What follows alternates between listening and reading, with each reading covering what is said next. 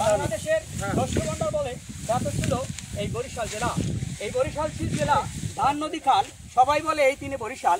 একসময় এই বরিশাল ছিল বাংলার ভেনিস। এখানে মানুষ ব্যবসা করার জন্য আসতো। এখানে ছিল শস্য ভান্ডার। এখানে যেমন রবি শস্য ফলতো, যেমন ফলতো ধান। এখানে যে ধানের জাতগুলি ছিল চিকন ধান, মোটা ধান, বালাম ধান, ডিঙ্গামানিক, দুধ কলম, দুধ লুচি, এই রকমের নানান রকমের ধান ছিল। তার ভিতরে বরিশালের প্রসিদ্ধ ধান ছিল বালাম ধান। আর এই বালাম চালের জন্যই মূলত বরিশালটা বিখ্যাত ছিল। আমরা চলে আসছি আজকে সেই ধান নদী খাল এই দিনে বরিশাল, সেই বরিশালের ঝালকাঠি জেলার চৌপলা গ্রামের জনাব আলিম হাওলাদারের ধানের ক্ষেতে। আলিম ভাই আসসালামু আলাইকুম।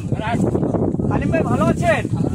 আচ্ছা, আপনি যে কৃষক নিয়ে এখানে দাঁড়াইছেন, এই যে ধানটা হাতে নিচ্ছেন, এটা কি ধান?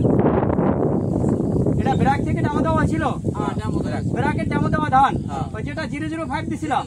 তা আপনি এই যে 005 ধানটা করছেন আপনার মাঠে, এই ধানটা আপনি কি মনে করেন, এটা কি ভালো হচ্ছে? আচ্ছা, আপনার এই যে ধানটা আপনি করছেন, এই ধানটা কি এলাকার লোক দেখছে?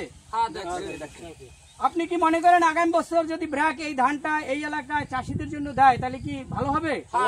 আপনারা যদি বলেন যে আমাদের এই এলাকার জন্য এই ধানটা চাষের উপযোগী, তাহলে আগামী বছর আমরা রিকোয়েস্ট করবো জন্য এই ধানটা আমাদের এই ঝালকাঠিতে ব্র্যাক প্রদান করে। আমাদের এই ঝালকাঠির মাটির জন্য এটা প্রযোজ্য, এটা আপনি বলতেছেন। আপনি কৃষকদেরকে কি বলবেন আপনার এই ধান দেখা? বলবো সবাই এই ধান লাগাইতে, এই ধান লাগাইতে বলবেন। আপনি লাভবান, সবাই লাভবান হোক। ধন্যবাদ আলিম ভাই আপনাকে, ধন্যবাদ।